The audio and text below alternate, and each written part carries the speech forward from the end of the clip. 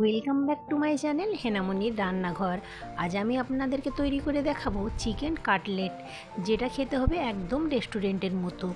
উপরটা ক্রাঞ্চি এবং ভিতরটা জুসি। তৈরি করে নিয়ে কতটা সহজ তার জন্য পুরো ভিডিওটি আপনাদেরকে দেখতে হবে। আর ভিডিওটি ভালো লাগলে ভিডিওতে একটি লাইক দিয়ে দেবেন এবং আমার পাশে থাকার জন্য চ্যানেলটিকে অবশ্যই সাবস্ক্রাইব করে নেবেন। আমি মিক্সিং জার নিয়ে শুরু করি। নিয়ে নিচ্ছি 300 গ্রাম চিকেন, বোনলেস চিকেন নিয়েছি। 3টি কাঁচা লঙ্কা দিয়েছি, ঝালটা আপনাদের পছন্দ মতো দিয়ে নেবেন।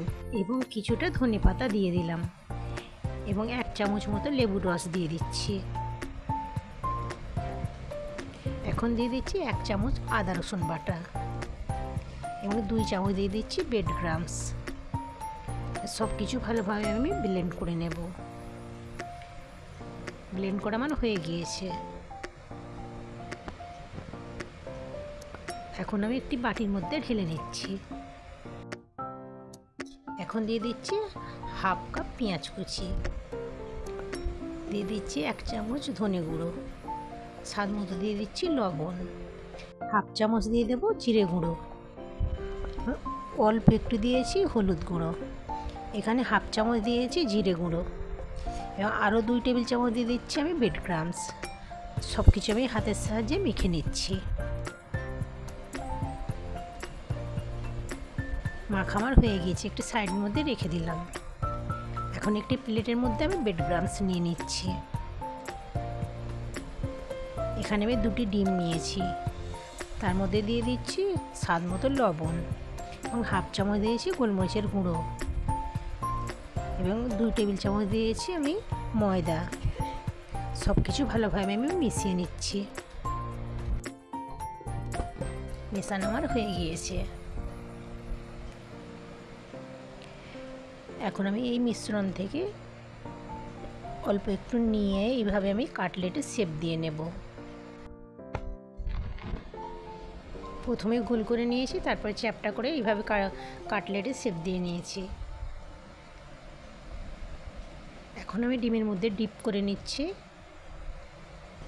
তারপর ব্রেড ক্রাম্বসের মধ্যে আমি কোট করে নিচ্ছি। এইভাবে আমি ডবল কোট করে নেব। আরও একটি তৈরি করে আপনাদের দেখাচ্ছি। প্রথমে গোল করে নিয়ে চ্যাপটা করে নিয়ে এইভাবে কাটলেটের শেপ দিয়ে নেব। সবগুলো আমি একই পদ্ধতিতে তৈরি করে নিচ্ছি। ডিমের মধ্যে ডিপ করে আর ব্রেড ক্রাম্বসের মধ্যে কোট করে নিয়েছি। সবগুলো আমি ডবল কোট করে নিয়েছি।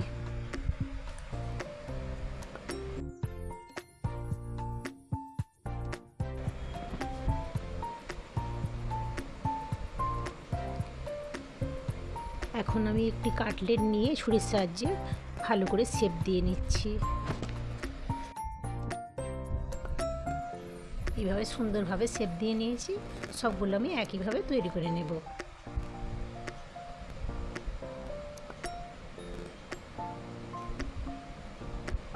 সবগুলো শেপ দিয়ে আমার হয়ে গিয়েছে। একটি প্লেটের মধ্যে আমি নিয়ে নিচ্ছি।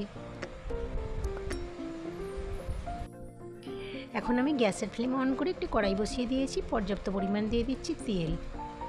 তেলটি অল্প একটু গরম হলে আমি কাটলেটগুলোকে একটি একটি করে দিয়ে ভালোভাবে ভেজে নেব।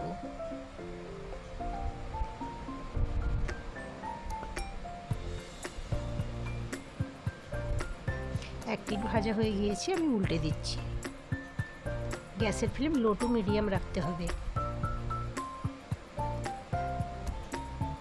খুব বেশি হাই করলে উপরটা তাড়াতাড়ি ভাজা হয়ে যাবে, ভিতরটা কাঁচা থেকে যাবে। তার জন্য গ্যাসের ফ্লেম লো টু মিডিয়াম রাখবেন।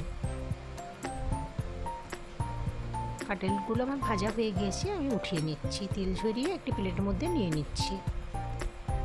বাকিগুলোকে আমি একইভাবে ভেজে নেব। সবগুলো ভাজা হয়ে গিয়েছে, প্লেটের মধ্যে আমি নিয়ে নিলাম।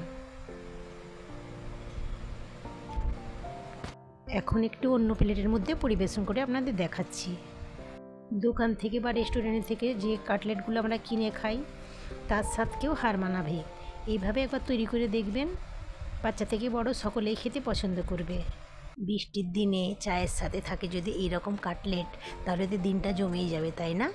বাড়িতে একবার তৈরি করলে বারবার তৈরি করার জন্য ডিমান্ড আসবে। এইভাবে তৈরি করে কাউকে যদি খাওয়ান, আপনি যদি না বলেন সে বুঝতেই পারবে না যে এটা বাড়িতে তৈরি করা। আশা করছি ভিডিওটি আপনাদের ভালো লেগেছে। ভালো লাগলে লাইক কমেন্ট শেয়ার করতে ভুলবেন না। আমার চ্যানেলটিকে সাবস্ক্রাইব করে দেবেন।